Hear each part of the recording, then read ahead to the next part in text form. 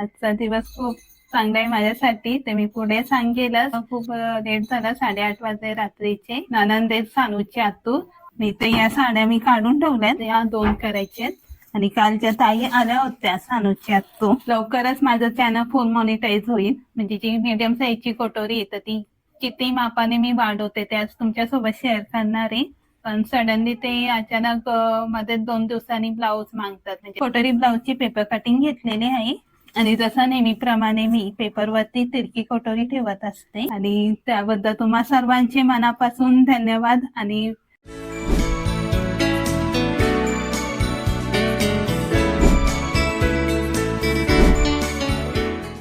नमस्कार, कसे आहात सगळे? आणि आज मी खूप आनंदात आहे. आजचा दिवस खूप चांगला आहे माझ्यासाठी. ते मी पुढे सांगेलच. पण त्याआधी काल सानूला हॉस्पिटलमध्ये घेऊन यायला खूप लेट झाला, 8:30 वाजले रात्रीचे. आणि त्यानंतर घरी आल्यावरती फ्रेश झाले, स्वयंपाक केला, जेवण केलं. आणि जेवण केल्याच्या नंतर एक ब्लाऊज होता तो मी कटिंग करून ठेवलेला, तर तो तेवढाच एक ब्लाऊज शिवला. काल पाहिजे तेवढा काम माझा झाला नाही, फक्त 300 रुपयाचाच झाला. पण त्यानंतर जी कालची जी कामं बाकी राहिली होती ती मी आज करणार आहे. आणि काल नणंद सानूची आतू त्या पण आल्या होत्या, तर त्याही पण काही ड्रेस आणले होते फिटिंग करायला. आणि काल जेवण वगैरे करता करता त्यामुळे थोडं हॉस्पिटलला जायला उशीर झाला. आणि तोपर्यंत डॉक्टर गेले आणि त्यामुळे भरपूर वेळ आमचा बाहेर गेला. आणि सानू पण इथं खेळते, तर तिला थोडं बरं वाटतंय. तर औषध वगैरे दिल्याच्या नंतर त्यानंतर मी ते या साड्या मी काढून ठेवल्यात. याचे मला काल करायचे होते आणि त्यानंतर आज या 2 करायचे. हे सर्व माझे 18 आणि 22 तारखेचे काही कपडे आहेत. तशा आज 5 साड्या फॉल बिडिंग करायचे. आणि कालच्या ताई आल्या होत्या सानूची आतू, तर ताई ड्रेस आणले होते काल फिटिंग करा. मग काल त्यांचा माप वगैरे घेतला, सर्व घेतला. तर त्यांना उद्या जायचे, तर ते आज सर्व कामं झाले. ते मग रात्री ते फिटिंग वगैरे करेन. आणि त्यानंतर हे ब्लाऊज राहिले कालचे, तर ते पण आज करून टाकणार आहे. त्याचं एवढं काम आहे.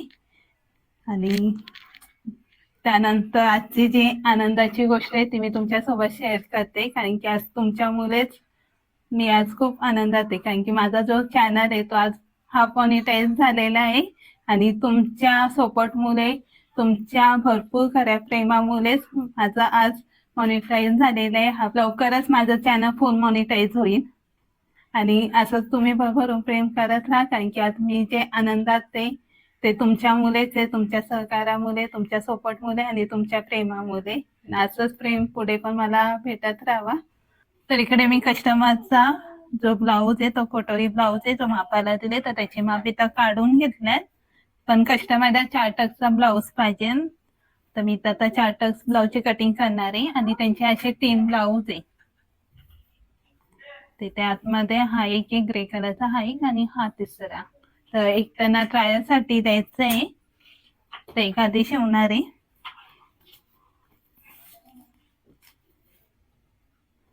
तर आता इथं मी 4 टक्सची कटिंग करणार आहे.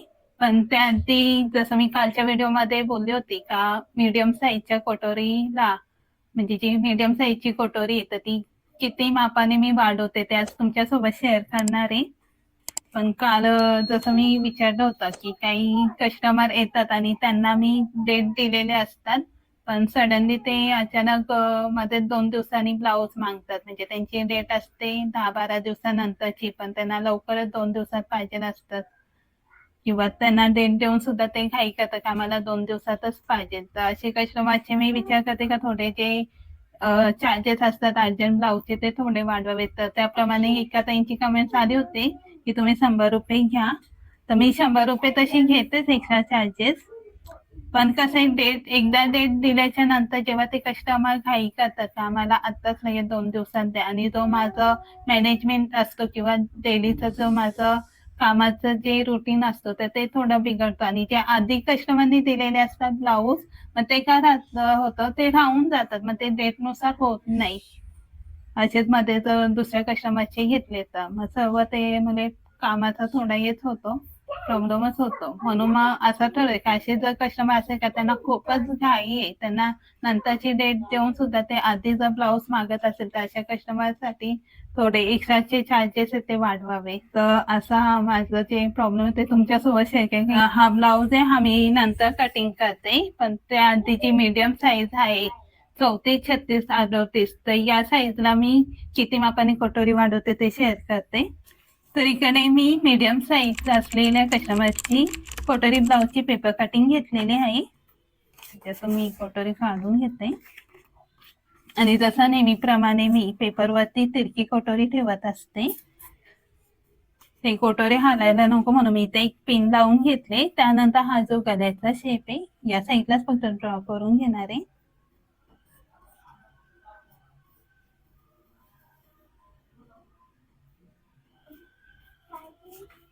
त्यानंतर इकडनं ही मीडियम साईज असल्यामुळे इकडनं 1.5 इंच वाढवणार आहे आणि सेम या साईडून पण 1.5 इंच वाढवणार आहे. आता त्यानंतर या टोकापासून तर या निशाणापर्यंत सीधे एक लाईन खेचणार आहे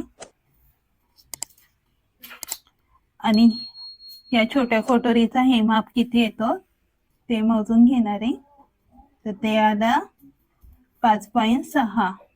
तर सेम इकडे पण तेवढंच घेणार आहे. यामध्ये जे पॉइंट दिलेले आहेत ना छोट्या रेषा त्या सुद्धा खूप महत्वाचे आहेत. ते धरूनच माप घ्यायचंय. तर ते धरूनच मी घेत असते. त्यानंतर इकडनं कटोरीचा गोल शेप देते.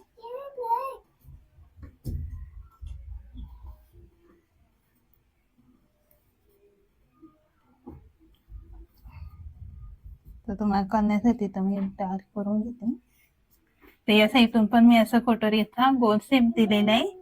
आता त्यानंतर या निशांपासून ते इथपर्यंत कटोरीच्या खालच्या बाजूने एक लाईन ओढून घेते.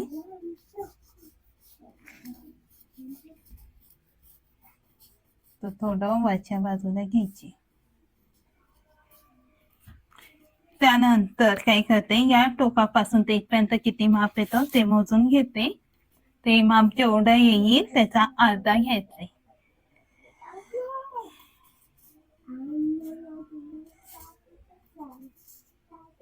ते आले 9 इंच. तर 9चा अर्धा येणार 4.5. तिथं 4.5 वरती निशाण पाडून घेते.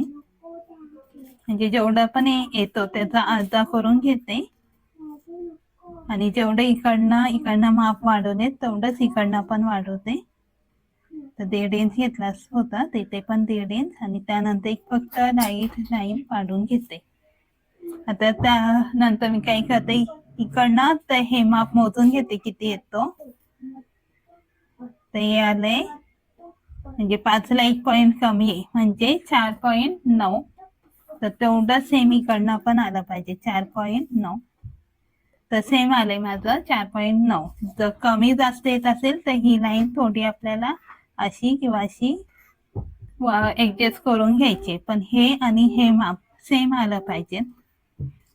जेव्हा ते माप सेम येतो त्यानंतरच मी इकडनं अशी लाईन पाडून घेते.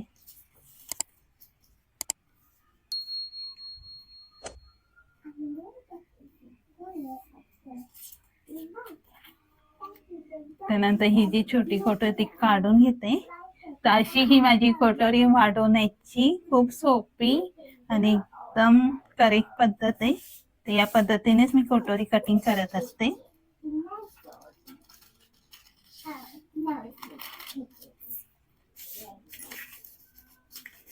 तर कटोरी मी आधी कटिंग करून घेते.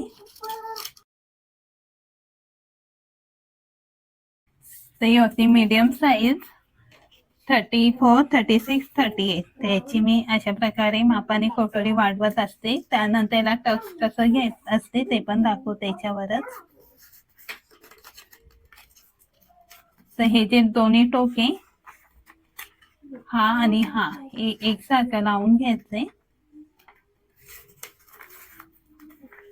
आणि त्यानंतर इकडनं असं प्रेस करून घेते. आता इकडनं 1.5 इंच वाढवलं होतं इकडनं 2 इंच वाढवते. या टोकापासून तर हे माप आहे ना 3.5 इंच. ते बघा बरोबर आहे 3.5 इंच आले. आणि जेवढं आपण कटोरीला वाढवलं होतं 1.5 इंच तेवढंच इकडनं पण 1.5 इंच वाढवते. त्यानंतर हा निशाण आणि हा निशाण त्याला मी सीधी लाईन अशी न घेता थोडस गोलाईमध्ये घेत असते शिलाई.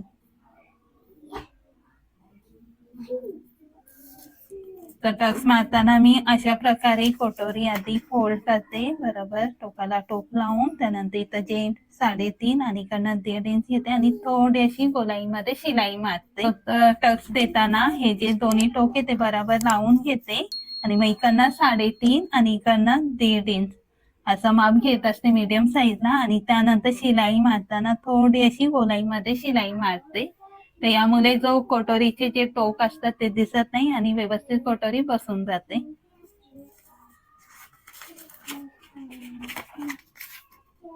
तर माझी ही कटोरी वाढवण्याची आणि टक्स देण्याची पद्धत तुम्हाला कशी वाटली ती कमेंट करून नक्की सांगा. तर आता माझं जे बाकीचं काम आहे ब्लाऊज कटिंग करायचं ते मी आता करून घेणार आहे. तिथं सर्व ते काढून ठेवलेलं आहे. ते कटिंग करायचे असावे ब्लाऊज. आणि आज मी खूपच आनंदात आहे कारण की तुम्ही जे माझ्यावरती आणि सानूवरती जे भरभरून प्रेम करतात आणि तुमच्या प्रेमामुळे आणि सपोर्टमुळेच आज माझं चॅनल हाफ मॉनिटाईज झालं आणि लवकरच फुल मॉनिटाईज पण होईल. तर तुमचं असंच प्रेम आणि सपोर्ट असू द्या आणि त्याबद्दल तुम्हा सर्वांचे मनापासून धन्यवाद. आणि भेटूया उद्याच्या व्हिडिओमध्ये. आणि उद्याच्या व्हिडिओमध्ये जी बिग साईज आहे कटोरी ब्लाऊजची तर त्याच्यात मी कटोरी वाढवण्यासाठी काय माप घेते कशा प्रकारे टक्स घेते ते उद्याच्या व्हिडिओमध्ये तुमच्यासोबत शेअर करेन. आणि आजचा हा व्हिडिओ कसा वाटला ते नक्की सांगा, कमेंट्स करा. व्हिडिओ आवडला असेल तर लाईक करा आणि जे नवीन आहेत त्यांनी चॅनलला सबस्क्राईब करा आणि बेल आयकॉनवरती क्लिक करा जेणेकरून माझे येणारे नवीन व्हिडिओची नोटिफिकेशन तुम्हाला भेटत राहील. तर भेटूया लवकरच उद्याच्या व्हिडिओमध्ये. तोपर्यंत तुमची काळजी घ्या, आनंदात राहा. Bye bye. चला आपण एक